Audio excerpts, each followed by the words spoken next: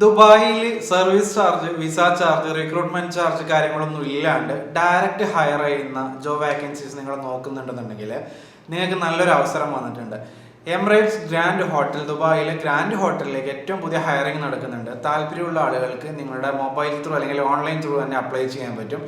ആദ്യം നിങ്ങൾ അപ്ലൈ ചെയ്യുക, അതിനുശേഷം നിങ്ങൾക്ക് ഇന്റർവ്യൂ ഉണ്ടാകുന്നതായിരിക്കും. അപ്പോൾ വന്നിരിക്കുന്ന വാക്കൻസീസ് ഏതൊക്കെയാണെന്നുള്ളത് നമുക്ക് നോക്കാം.